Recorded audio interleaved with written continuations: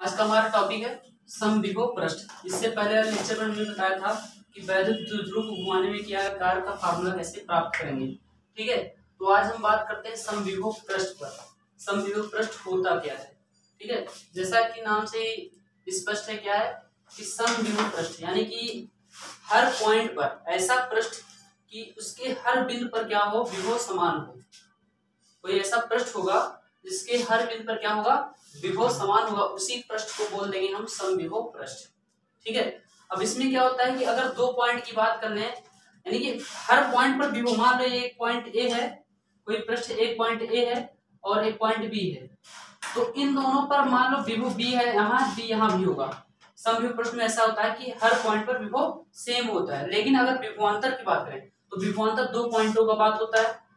अगर इनके बीच हम विभवांतर निकालें, ठीक है, बी ए बी निकालें तो ये जाके शून्य आएगा। दो पॉइंटों के बीच विभवांतर क्या आएगा, विभवांतर क्या दो पॉइंटों के बीच की बात होती है, यानी कि अगर हम विभवांतर निकालें शून्य आएगा। यानी कहने मतलब कि अगर कोई आवेश है उसको हम समविभव पृष्ठ पर एक बिंदु से दूसरे बिंदु तक ले जाएंगे तो किया गया कार्य क्या होगा, शून्य होगा।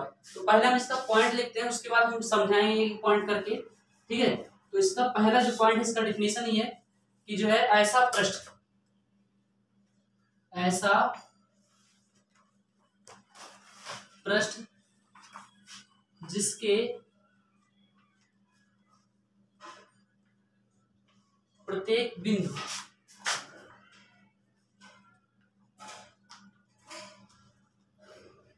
पर विभव समान होता है। सम का मतलब समान। ठीक है, देखो समविभव पृष्ठ कहलाता है।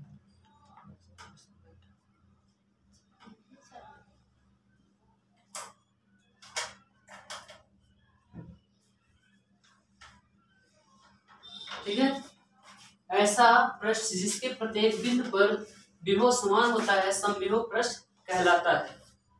ठीक है, अगला पॉइंट है समविभव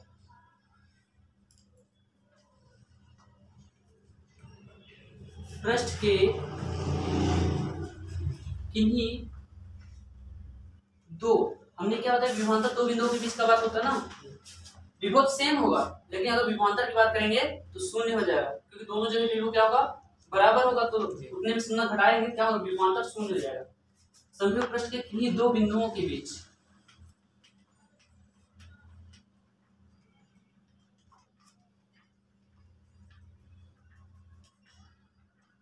विभवांतर क्या होता है, शून्य होता है। तो इस वजह से क्या हो जाएगा, लिख सकते हैं कि अतः समविभव पृष्ठ में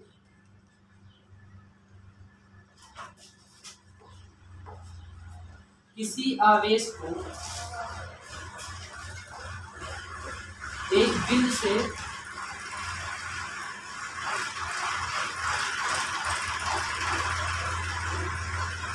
दूसरे बिंदु तक ले जाने में किया गया कार्य, ले जाने में किया गया कार्य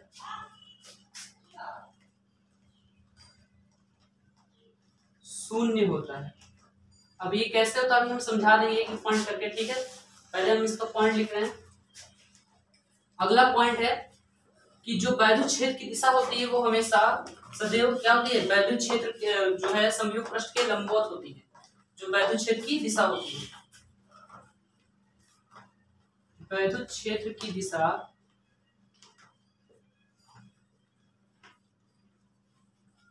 समविभव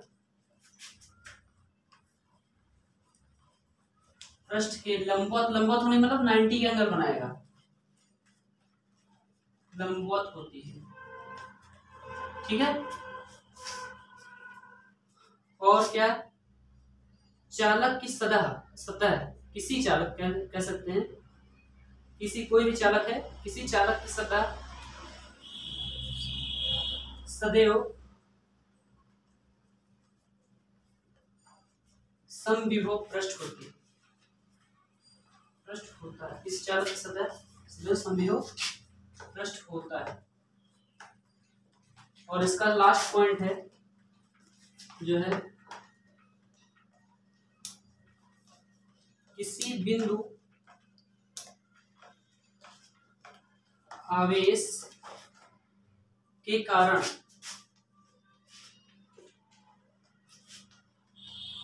समविभव पृष्ठ सदैव सकेंद्रीय गोले होते हैं। संकेंद्रीय गोले, संकेंद्रीय गोले मतलब कि जिनका केंद्र एक ही हो, ठीक है, सकेंद्रीय गोले होते हैं। अब इन पॉइंटों को हम अलग अलग समझते हैं। जैसे हमने क्या कहा कि ऐसा पृष्ठ जिसके प्रत्येक बिंदु पर विभव समान होता है समविभव पृष्ठ कहलाता है, ठीक है। समविभव पृष्ठ के किन्हीं दो बिंदुओं के बीच विभवांतर शून्य होता है, तो विभव सेम होगा। तो अगर दो पॉइंट की बात करेंगे और उसका अंतर निकालेंगे तो शून्य आएगा ही। और क्या है मतलब कि अब जब विभव विभवांतर शून्य हो जाएगा, किया गया कार्य अगर आवेश को एक बिंदु से दूसरे बिंदु तक ले जाएंगे तो किया गया कार्य भी क्या हो जाएगा, शून्य हो जाएगा। वैद्युत क्षेत्र की दिशा समविभव पृष्ठ के लंबवत होती है, ठीक है। किसी चालक की सतह सदैव समविभव पृष्ठ होता है, यानी कि अगर हम आवेश ले लें और क्या कर दें, कोई चालक ले लें, उस चालक पे क्या कर दें, आवेश दे दें, तो वो समान रूप से क्या होता है, चालक पर वितरित हो जाता है। और चालक पर समान रूप से वितरित होगा तो क्या होगा, चालक के हर बिंदु पर विभव क्या हो जाएगा, सेम हो जाएगा, यानी आवेश सेम तो विभव सेम हो जाएगा। किसी बिंदु आवेश के कारण समविभव पृष्ठ सदैव सकेंद्रीय गोले होते हैं। तो यहाँ पर हमें क्या काम करते हैं कि कोई हम बिंदु आवेश लेते हैं Q, ठीक है। अब इससे हम क्या करते हैं, R1 दूरी पर, R1 की दूरी पर एक वृत्त खींच लेते हैं इस तरीके से। और वृत्त में क्या होता है, त्रिज्या हर जगह सेम होगी, त्रिज्या क्या होगी, हर जगह सेम होगी। तो ये हमारा आवेश है, ये दूरी है। अब यहां पर हम पॉइंट दर्शा दे रहे हैं,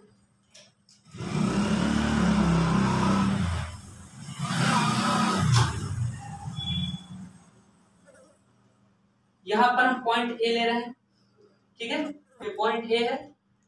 यहां पर मान लेते हैं पॉइंट बी है, तो ये भी क्या होगा, R1 ही होगा क्योंकि त्रिज्या हर जगह सेम होगी।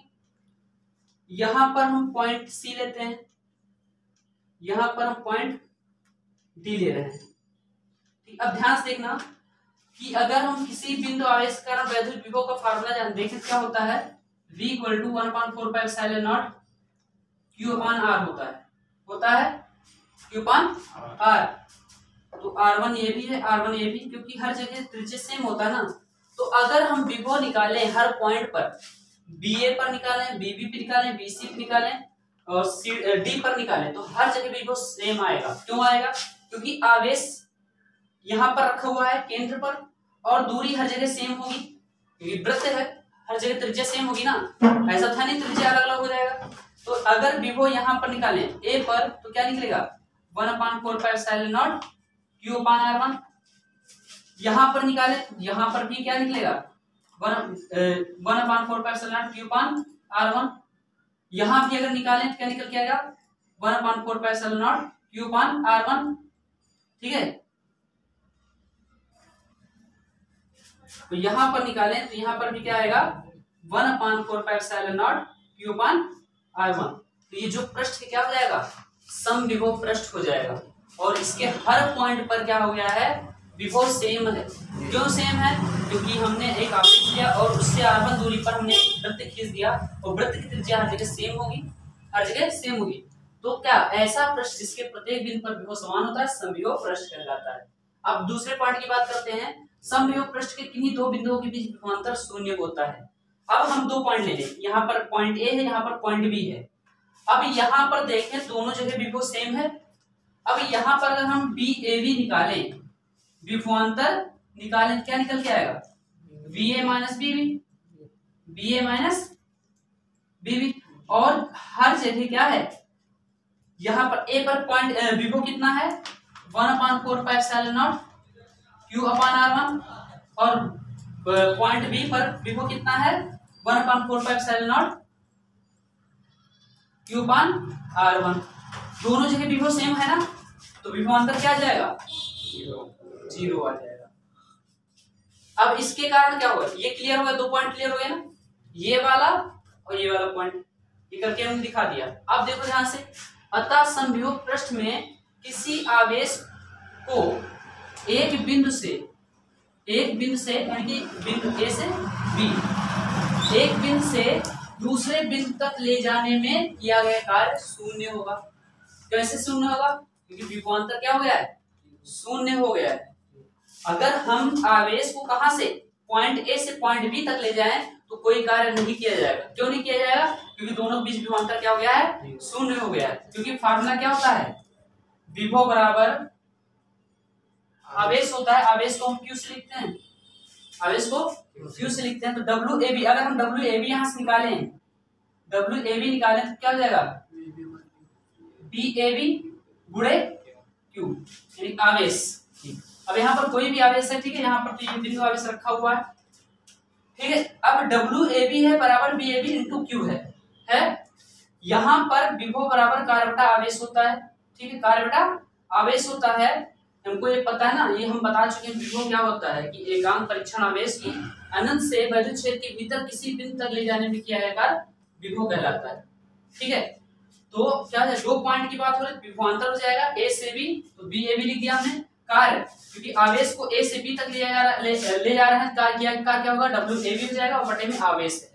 अब यहाँ पर ध्यान से देखना, हम 2 पॉइंट के बीच विभवांतर निकाले, क्या निकला है, 0 निकला है ना, तो डब्ल्यू ए बी क्या आ जाएगा, अगर इसको हम 0 रख दें, 0 इंटू क्यू हो जाएगा, यानी कि डब्ल्यू ए बी बराबर 0 आ जाएगा।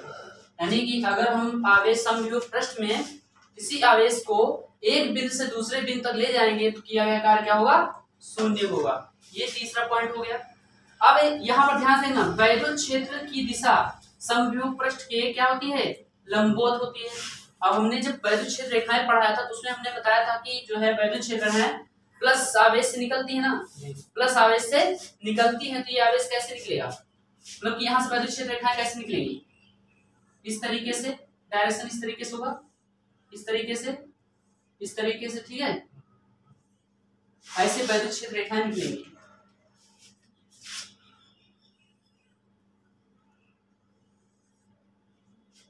ठीक है,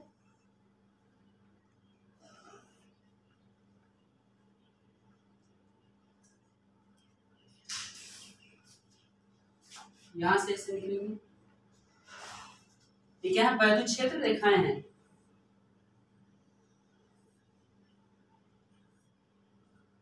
अब ध्यान से देखना है यहाँ पर कि जो है ये वैद्युत क्षेत्र रेखाएं हैं, और हम अगर एंगल देखें तो 90, यहां भी 90 होगा, यहां भी क्या होगा 90 होगा, यहां भी क्या होगा 90 होगा, तो यहां भी 90 होगा, यहां भी क्या होगा 90 होगा, यहां भी 90 होगा, होगा नहीं।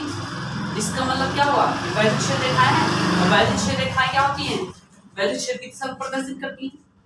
वैद्युत क्षेत्र रेखाएं वैद्युत क्षेत्र की दिशा को प्रदर्शित करती है। यहाँ पर वही बात है कि वैद्युत क्षेत्र की दिशा समविभव पृष्ठ के लंबवत होती है। ये हमारा समविभव पृष्ठ है और हर पॉइंट पर वैद्युत क्षेत्र रेखा क्या है, 90 के एंगल बना रही है।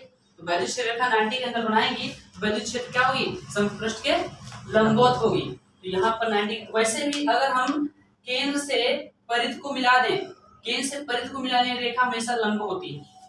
कहाँ पर, परिध पर। ये वाली रेखा क्या है ना, ये रेखा ही तो है, ये 90 अंश का एंगल बनाएगी। ठीक है, अगर हम केंद्र को परिध से मिला दें तो 90 का एंगल बन जाता है वहां पर। ठीक, अब आगे क्या, किसी चालक की सतह सदैव समविभव पृष्ठ होता है। तो मान लो हम कोई चालक ले रहे हैं, ठीक है, अब इस पर हम क्या कर रहे हैं, q कूलम का आवेश दे रहे हैं, तो ये आवेश क्या होगा, समान रूप से वितरित हो जाएगा। अब जब आवेश समान रूप से वितरित होगा तो हर पॉइंट पर आवेश क्या हो गया, सेम हो गया, हर पॉइंट पर आवेश सेम हो गया, तो हर पॉइंट पर विभव भी क्या हो जाएगा, सेम हो जाएगा। हर पॉइंट पर विभव क्या हो जाएगा, सेम हो जाएगा, क्योंकि यहाँ से केंद्र से दूरी क्या होगी, बराबर ही होगी, हर जगह बराबर होगी। तो वही कहा गया है यहाँ पर, किसी चालक की सतह सदैव समविभव पृष्ठ होता है। ठीक है, ये पॉइंट समझ में आएगा। अगला पॉइंट क्या है, किसी बिंदु आवेश के कारण समविभव पृष्ठ सदैव सकेंद्रीय गोले होते हैं। अब ध्यान से देखो, मान लेते हैं जो है ये हमारा यहाँ पर आवेश रखा हुआ है और इससे r1 दूरी पर क्या कर दिया हमने, एक वृत्त खींच लिया। अब इधर से एक काम करते हैं, ये आवेश क्यों रखा हुआ है, इधर से हम r2 दूरी ले लेते हैं और एक वृत्त खींच देते हैं, इस तरीके से खींच दिया। ठीक, अब हर पॉइंट पर, यहाँ पर मान ले A है, यहाँ पर B है, यहाँ पर C है, यहाँ पर D है। तो हमने बताया कि हर इस जो ये वाला पृष्ठ S1 है, इसको पृष्ठ S1 मान लेते हैं। तो इसके हर बिंदु पर, मतलब कि इस पृष्ठ के हर सतह के प्रत्येक बिंदु पर विभव क्या होगा, सेम होगा, क्योंकि R1 ये भी होगा, R1 ये भी होगा, R1 ये भी होगा, R1 ये भी होगा, तो हर जगह विभव सेम आएगा। वही काम यहाँ पर हमने क्या लिया, R2 लिया है, तो इसके लिए आवेश तो यही रहेगा लेकिन दूरी R2 प्रयोग होगा।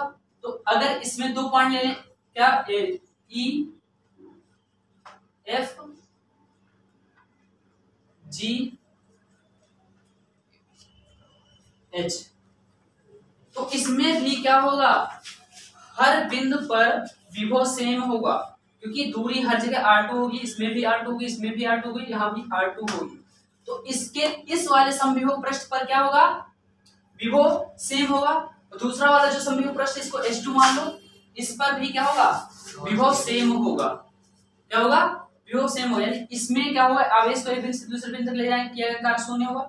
इस वाले पृष्ठ में आवेश को एक बिंदु से दूसरे बिंदु तक ले जाएंगे, किया गया कार्य क्या होगा, शून्य होगा। लेकिन अगर हम क्या कहते हैं कि ये यहाँ पर पॉइंट A है और यहाँ पर क्या है, ABCD हमने कर दिया, यहाँ पर पॉइंट F है, ये वाला देखो, ठीक है, ये पॉइंट F है ना, ये वाला पॉइंट F है। अब ध्यान से देखो, अगर हम कह दें कि कोई आवेश परीक्षण आवेश Q0 है, इसको A से F तक ले जाएं, कितना किया गया कार्य क्या होगा, कुछ ना कुछ कार्य होगा ना। अगर हम क्या कहते हैं कि इसी पृष्ठ पर, इसी मतलब कि वाला जो हमारा पृष्ठ S1 है, इसी पर हम आवेश को एक बिंदु से दूसरे बिंदु तक ले जाएं, तो किया गया कार्य शून्य होगा। अगर दूसरा पृष्ठ, इस पर भी हम क्या कहते हैं कि आवेश को एक बिंदु से दूसरे बिंदु तक ले जाएंगे, तो किया गया कार्य शून्य होगा।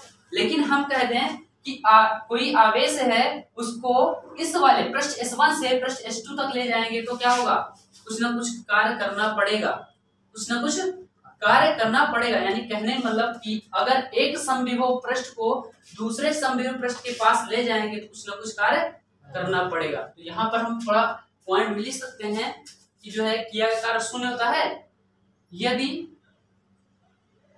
एक समविभव पृष्ठ को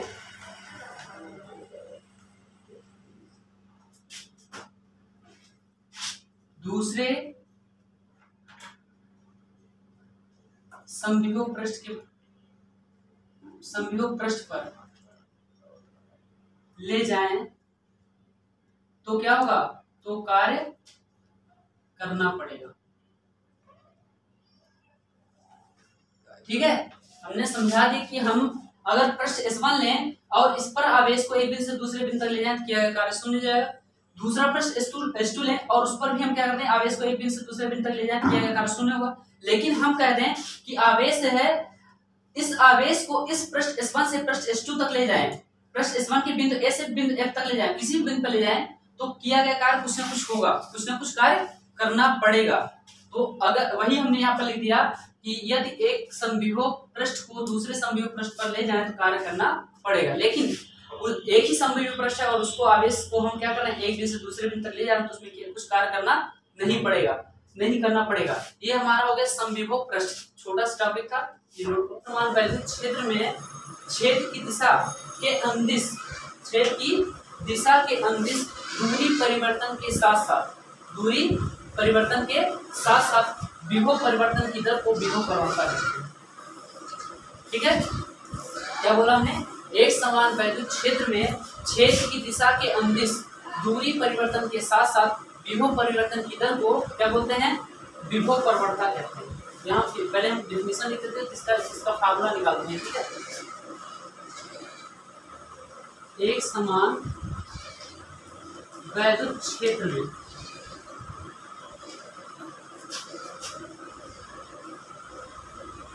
क्षेत्र की दिशा के अंदिश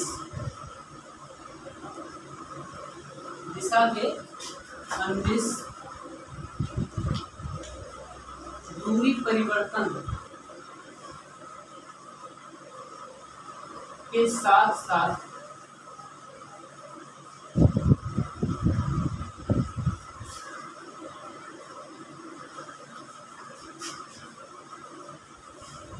विभव परिवर्तन की दर को विभव प्रवणता कहते हैं।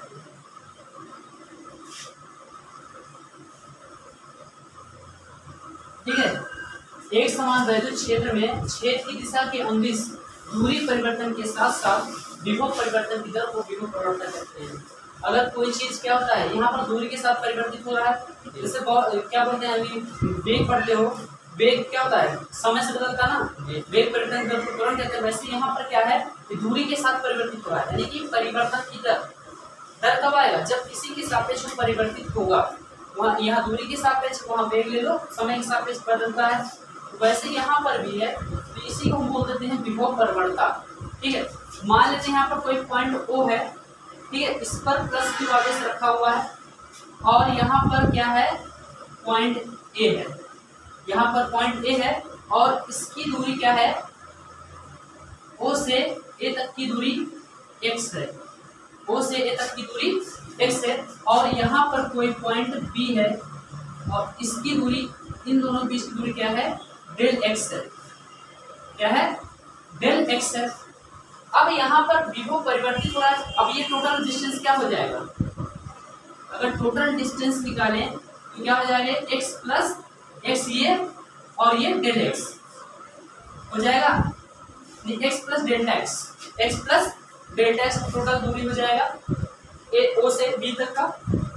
ठीक है, O से B तक का टोटल दूरी हो जाएगा। अब यहाँ पर विभव क्या होगा, B है, मान यहाँ पर विभव क्या होगा, कम होगा, यहाँ पर ज्यादा होगा, क्योंकि यहाँ पर विभव का पतन होगा, विभव का पतन होगा दूरी के साथ। दूरी जैसे जैसे परिवर्तित होगी विभव में कमी आएगी, तो यहाँ पर विभव ज्यादा होगा, यहाँ पर विभव कम हो जाएगा, यानी विभव की कमी होगी यहाँ पर बिंदु B पर। यानी कितना कम हो जाएगा, B में से डेल B कम हो जाएगा, B में से डेल B कम हो जाएगा। अब यहाँ से हम विभव प्रवणता का फार्मूला निकालते हैं।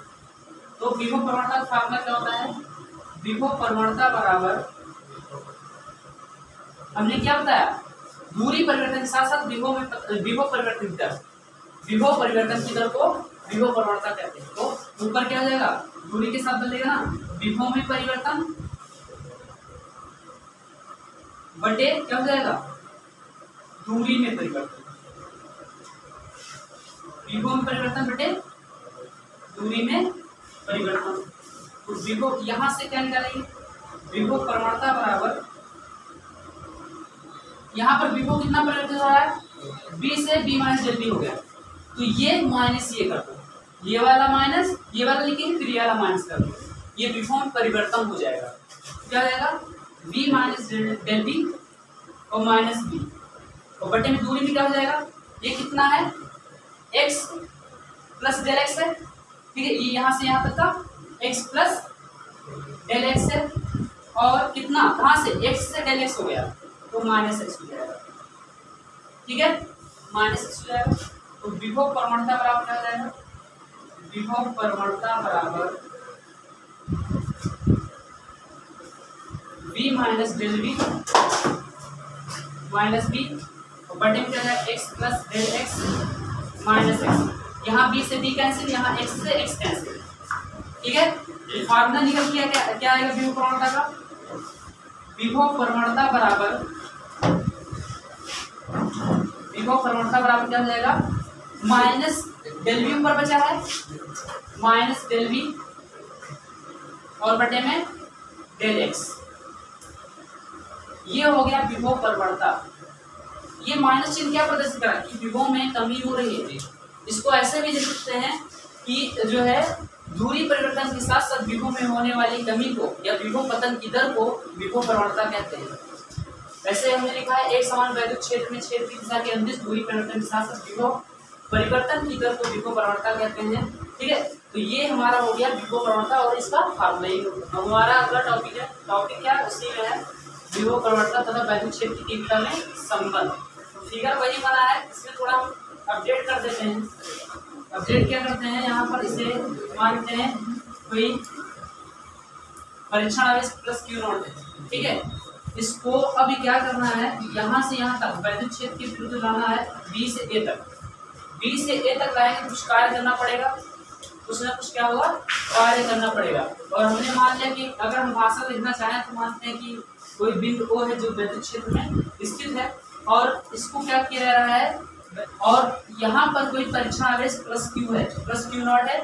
इसको बी से ए तक लाएंगे तो कुछ ना कुछ कार्य करना पड़ेगा, और डेल्टा एस दूरी विस्थापन है ना, तो इससे कार्य आएगा। तो यहाँ पर सीधे हम क्या करते हैं, जो हमने क्यू नॉट आवेश लिया है, अब इस आवेश के कारण कुछ ना कुछ बल उत्पन्न होगा, ठीक है। कुछ ना कुछ क्या होगा, बल उत्पन्न होगा, जो कि इस जो यह कार्य होगा इस बल के विरुद्ध कार्य होगा, क्योंकि जो है ये भी पॉजिटिव इनका जो है क्या होगा, तो ये क्या करेंगे, प्रतिकर्षण करेंगे, यानी कि बल का डायरेक्शन इधर हो जाएगा, F बराबर, और कितना बल होगा, Q नॉट E हो जाएगा, क्योंकि F बराबर QE हमने फार्मूला बताया था ना, F बराबर QE। तो यहाँ पर हम सीधे सीधे लिख रहे हैं जो है प्लस Q नॉट आवेश के कारण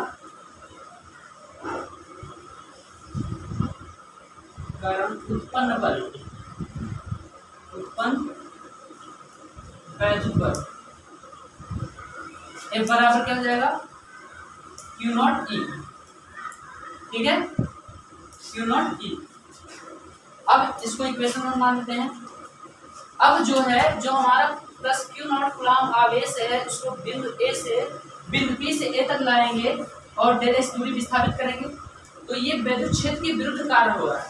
इसके विरुद्ध क्यों हो रहा है, क्योंकि बल का डायरेक्शन उधर है, लेकिन हम आवेश को कहाँ से B से A ला रहे हैं ना, उसके विपरीत ला रहे हैं ना, तो डेल एक्स माइनस में हो जाएगा। वैसे भी हमने बताया था कि एंगल 180 हो जाएगा, तो वहां से अगर हम vector F dot vector DX del X लिखें तो F DX F del X cos theta आएगा, और कॉस 180 का वैल्यू -1 होता है, तो -1 में से ये हो जाएगा, ठीक है। तो यहाँ पर हम लिख दे रहे हैं कि जो है प्लस क्यू कूलम्ब आवेश को, क्यू नॉट कूलम्ब आवेश को बिंदु बी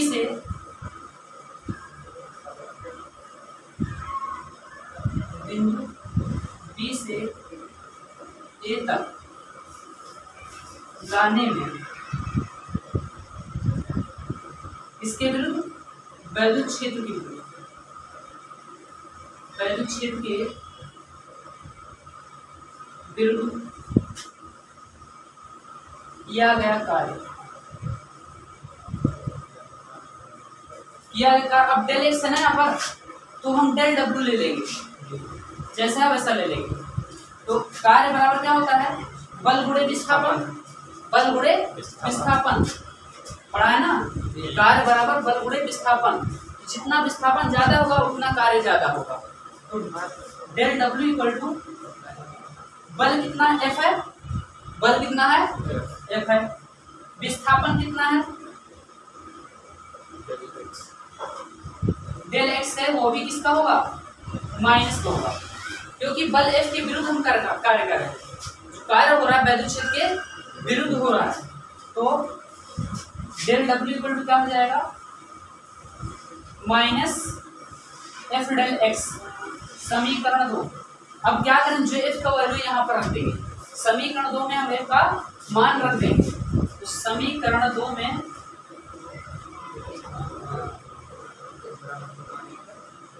एफ का मान रखने पर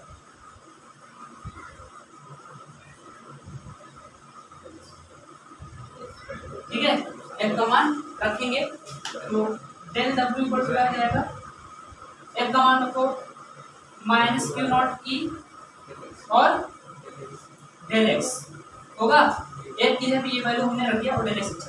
अब क्यू नॉट को इधर ले आओ, तो डेल डब्ल्यू पान क्यू नॉट होगा बराबर माइनस ई और क्या है डेल एक्स है। अब ध्यान से देखना, ये क्या है, कार्य बटा आवेश है, और कार्य बटा आवेश क्या होता है, विभव होता है। कार्य बटा आवेश क्या होता है, जब ये हमने बताया था ना, जब वैद्युत में पढ़ा था, बी बराबर डब्ल्यू पान क्यू नॉट, बी बराबर डब्ल्यू पान क्यू नॉट, तो डब्ल्यू बी हो गया। यहाँ पर डेल डब्ल्यू क्या लिखा जाएगा, डेल बी लिखा जाएगा, क्या लिखा जाएगा डेल बी, तो डेल बी हो जाएगा, डेल बी बराबर minus E del X, X को इधर भेजो, ई बराबर क्या हो जाएगा, अगर ई बराबर निकाल माइनस इधर आएगा और डेल एक्स इधर आएगा, बटे में होगा, यानी क्या हो जाएगा minus del B upon del X. ये होता है वैद्युत क्षेत्र की तीव्रता और वैद्युत विभव प्रवणता में संबंध। ये क्या है, कि क्या है, वैद्युत क्षेत्र की तीव्रता है और del B minus del B upon del X क्या है, विभव प्रवणता है। क्या है, विभव प्रवणता। यानी कि अगर हम कह सकते हैं कि जो वैद्युत क्षेत्र की तीव्रता होती है वो विभव प्रवणता की ऋणात्मक मान के बराबर होता है। वैद्युत क्षेत्र तीव्रता विभव प्रवणता के ऋणात्मक मान के बराबर होता है। यहाँ लिख सकते हैं अतः वैद्युत क्षेत्र की तीव्रता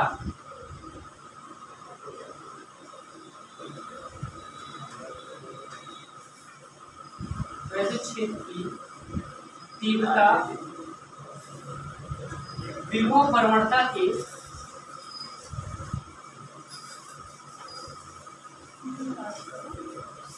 ऋणात्मक मान के